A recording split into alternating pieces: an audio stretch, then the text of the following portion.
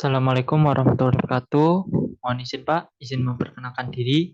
Nama Taruna Dewasa Dikari Wayudi, NIT 20204110 dari Prodi MTP 3A. Pada kesempatan kali ini, mohon izin untuk mempresentasikan hasil kerja saya, di mana dirangkum dalam PPT, yaitu pada bab 2 tentang peralatan operasi lokomotif diesel elektrik.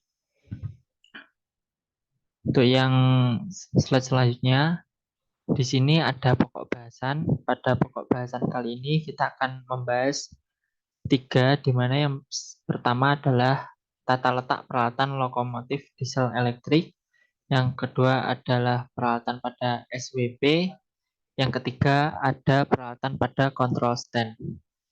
Untuk yang slide selanjutnya, ini ada skema penempatan peralatan pada lokomotif diesel elektrik, di mana pada gambar ini mungkin terlihat kurang jelas, tapi pada intinya pada gambar ini terdapat item-item di mana yang sudah ditunjukkan dengan keterangan-keterangan, di mana keterangan itu berada di legenda.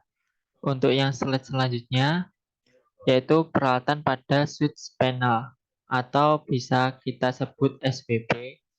Untuk yang pertama ada engine control switch atau ECS, di mana ECS ini berada pada pojok di atas di SWP, di mana ECS ini berfungsi untuk mengendalikan lokomotif. Untuk saklar ECS sendiri itu mempunyai posisi atau kedudukan sebagai berikut. Untuk yang pertama,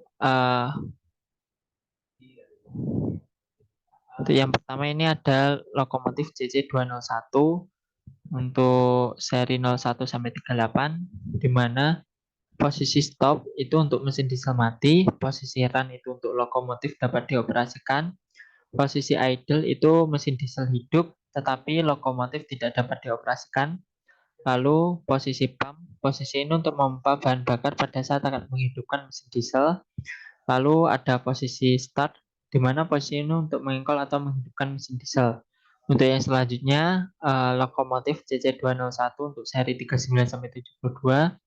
Untuk posisi run itu lokomotif dapat dioperasikan. Posisi idle itu mesin diesel hidup tetapi lokomotif tidak dapat dioperasikan. Lalu untuk yang selanjutnya ada posisi start, di mana posisi ini untuk mengengkol atau menghidupkan mesin diesel. Pada kali ini terdapat catatan di mana posisi pump itu tidak ada, berbeda dengan lokomotif di CC201 untuk seri 1 sampai 38, di mana posisi pump itu tidak ada di CC201 seri 39 sampai 72, itu diganti dengan tombol FPRB atau bisa dibilang fuel pump reset button. Lalu untuk selanjutnya ada posisi stop, itu tidak ada, itu diganti dengan tombol ESP atau engine stop. Untuk yang slide selanjutnya, ada lampu indikator pada switch panel, di mana lampu indikator ini posisinya berada di samping kanan.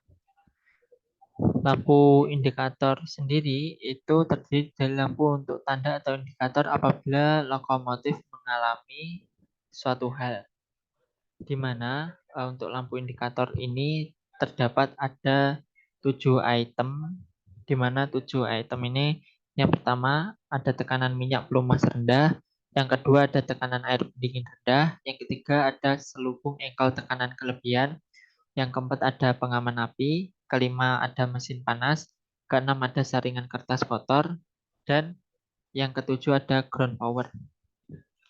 Untuk selanjutnya, ini pada bagian peralatan pada control stand atau bisa kita sebut dengan master control ya. Dimana di sini yang pertama akan kita kenalkan pada automatic brake valve, di mana automatic brake valve ini untuk pengereman yang bekerja secara otomatis untuk merilis atau mengerem lokomotifnya sendiri beserta dengan rangkaian yang dibawa.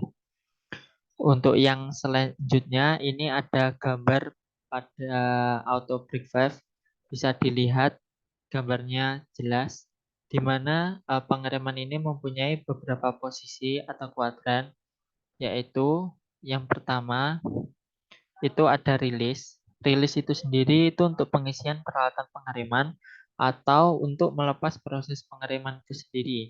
Yang kedua ada minimum reduction, itu untuk mengurangi tekanan udara pada brake pipe. Lalu yang ketiga ada service, itu untuk melakukan proses pengereman. Yang keempat itu ada suppression, itu untuk mereset atau menormalkan apabila terjadi PC open. Lalu untuk yang kelima itu ada handle off, itu posisi lepas dagang atau saat lokomotif itu tidak dioperasikan oleh masinis. Lalu yang terakhir ada emergency, ini adalah pengereman darurat. Untuk slide selanjutnya, yang kedua ada cut off pilot valve, di mana cut off pilot valve ini sendiri posisinya berada di bawahnya automatic brake handle. Untuk cut off pilot sendiri, untuk cut off pilot valve sendiri itu berfungsi sebagai double heading cook, yaitu di mana posisi ini memiliki dua bagian, yaitu yang pertama bagian in dan bagian out. Di mana untuk bagian in, posisi ini lokomotif dapat dirubah menjadi posisi pas atau passenger atau penumpang, dan posisi FRT atau freight itu barang, yaitu posisi pada saat automatic brake valve itu dilayani. Untuk posisi out itu saat automatic brake valve itu tidak dilayani atau pada saat multiple unit sebagai lokomotif pengikut atau sebagai rangkaian.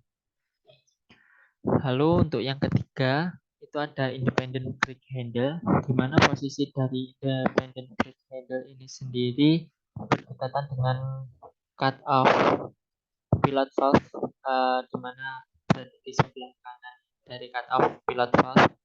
Di mana kalau untuk independent brake handle ini sendiri itu adalah pengereman yang berfungsi untuk merilis atau mengerem lokomotifnya sendiri. Jadi untuk independent brake handle sendiri itu tanpa rangkaian. Lalu untuk lebih jelasnya lagi, ini adalah gambar jelas dari independent brake valve-nya sendiri, di mana mempunyai dua posisi atau kuadran, yaitu release dan application. Di mana untuk release itu adalah posisi pelepasan rem, dan yang application itu adalah posisi pengereman. Untuk yang slide selanjutnya ada reverser handle. Reverser handle ini posisinya berada di bawah dari throttle handle, di mana untuk reverser handle ini sendiri untuk mengendalikan arah lajunya lokomotif, bisa bergerak maju maupun mundur. Lalu untuk selanjutnya ini ada gambar reverser handle, di mana reversal handle ini sendiri mempunyai tiga posisi atau kuadran, yaitu di mana ada posisi maju atau forward, lalu netral, yang ketiga ada posisi mundur atau reverse. Lalu untuk yang kelima, ini ada dynamic brake handle, di mana dynamic brake handle ini sendiri posisinya berada di atas dari throttle handle, di mana dynamic brake handle digunakan untuk mengendalikan pengereman yang bekerja secara elektrik. Ini adalah gambar dari brake handle-nya sendiri, di mana punya posisi off dan set up, di mana rentang pengendalian mulai dari kedudukan B1 hingga B8 paling fullnya dengan gerakan bebas tanpa notching atau pembatas tahapan. Jadi tidak perlu dilakukan secara bertahap untuk di pengereman dynamic brake handle ini. Lalu untuk yang selanjutnya ada throttle handle, di mana throttle handle ini berada di tengah-tengah antara dynamic brake dan reverser handle, di mana untuk throttle handle ini untuk mengendalikan putaran mesin diesel. Ini ada tabel atau posisi kedudukan dari throttle handle, di mana ada notch itu 0, N, to neutral 1 sampai 8. Lalu ada putaran mesin dieselnya, yaitu berapa RPM-nya, lalu ada keterangannya. Bisa dilihat dengan jelas ya teman-teman. Lalu untuk slide selanjutnya ada lampu indikator yang ada di control stand. Ada apa saja ya di lampu indikator yang ada di control stand? Itu ada roda slip, di mana roda slip ini sendiri itu sebagai pengaman akan bekerja apabila roda lokomotif itu mengalami slip. Yang kedua ada pengawas keamanan, di mana pengaman ini akan bekerja apabila lokomotif mengalami PC open. Lalu ada Deadman pedal, di mana Deadman pedal ini posisinya berada di sebelah kanan sendiri dari gambar. Itu Deadman pedalnya. Lalu selanjutnya ini adalah gambar lebih jelasnya dari Deadman pedal. Bisa dilihat di gambar atas yang ada tanda panah merah, di mana pengamanan Deadman ini ada dua jenis. Yang pertama ada Deadman pedal yang harus selalu diinjak terus-menerus, dan yang kedua ada Deadman pedal yang harus selalu diinjak dan dilepas secara interval. Lalu untuk selanjutnya adalah slide terima kasih dari saya karena sudah menyimak video ini. Mohon maaf bila ada kesalahan dan kekeliruan saat berkata-kata.